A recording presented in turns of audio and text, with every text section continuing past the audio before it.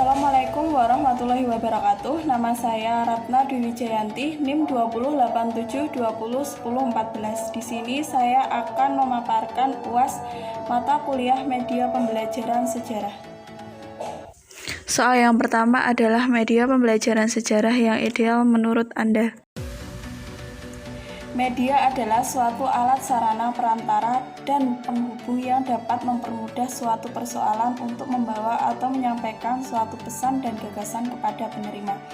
Media pembelajaran sejarah yang ideal menurut saya adalah media proyeksi, yaitu merupakan gambar suatu benda yang dibuat rata mendatar dan berupa garis pada bidang datar.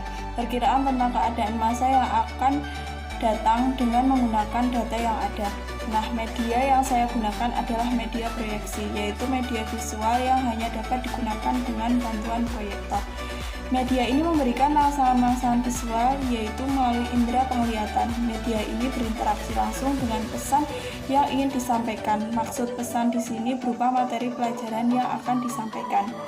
Nah, contoh media proyeksi adalah OHP atau overhead proyektor, slide, dan film.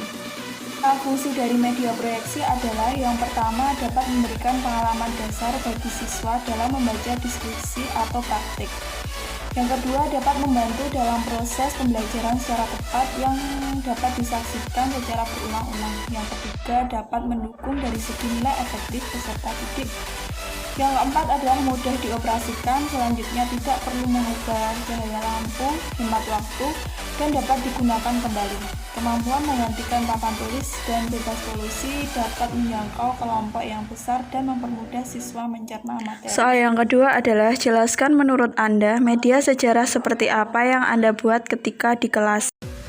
Menurut saya media apa yang saya buat ketika saya berada di kelas, yaitu saya menggunakan media grafis atau media grafis peta dan bagan. Nah, media grafis merupakan media visual yang menyalurkan pesan simbol-simbol visual. Contohnya media bagan. Nah, kalau di kelas saya bisa membuat media bagan. Nah, bagan meliputi berbagai jenis presentasi grafis seperti peta, grafis, lukisan, diagram, poster, dan bahkan kartun. Bagan didefinisikan sebagai kombinasi antara media grafis dan media foto yang dirancang untuk memvisualisasikan secara logis dan media foto yang dirancang untuk mencapai gagasan. Fungsi bagan adalah untuk menunjukkan hubungan perbandingan jumlah relatif perkembangan proses dan klarifikasi organisasi.